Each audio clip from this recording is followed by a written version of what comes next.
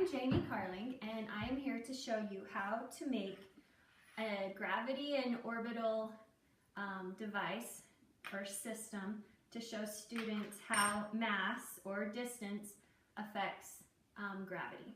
So what you'll need are some metal drinking straws, some fasteners, and some washers.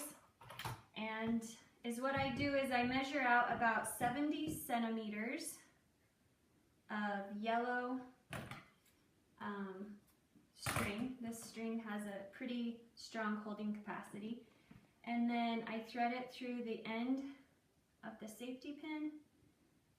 I tie it off, thread it through the metal straw. I have tried several different materials for this. I've tried PVC, pens, like you take out the ink. I've tried balloon strips, balloon sticks, and the metal straws work the best. That they have the least amount of friction and they don't wear over time. And so you can use this year after year with the metal straws.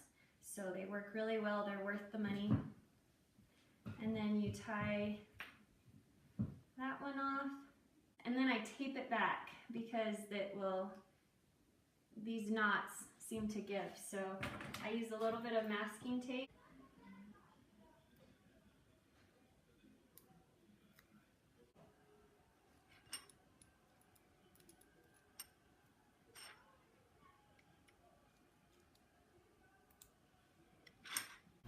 Okay, once you have your ends taped down, your washers on, both ends, then mark off 3 different lengths of even increments. I do mine about 10 centimeters apart.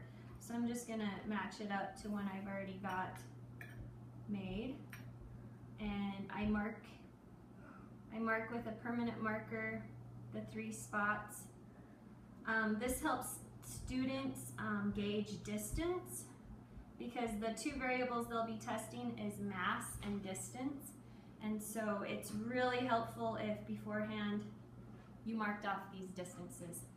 So once you have the distances marked, this one will be the long, medium, and short. So this is your orbital distance. So for example, this could be your sun.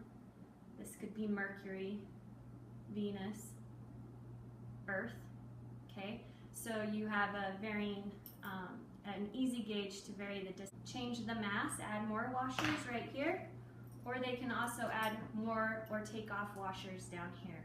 So if the safety pin or the washer gets sucked up too far, your system is broken, and then likewise when that happens, your system is broken. So the key is to only touch the metal straw. That's the only part that you can manipulate, and to have string on each side of your orbital system so that you can ensure that mass and gravity are acting how they should for this little model that we've made.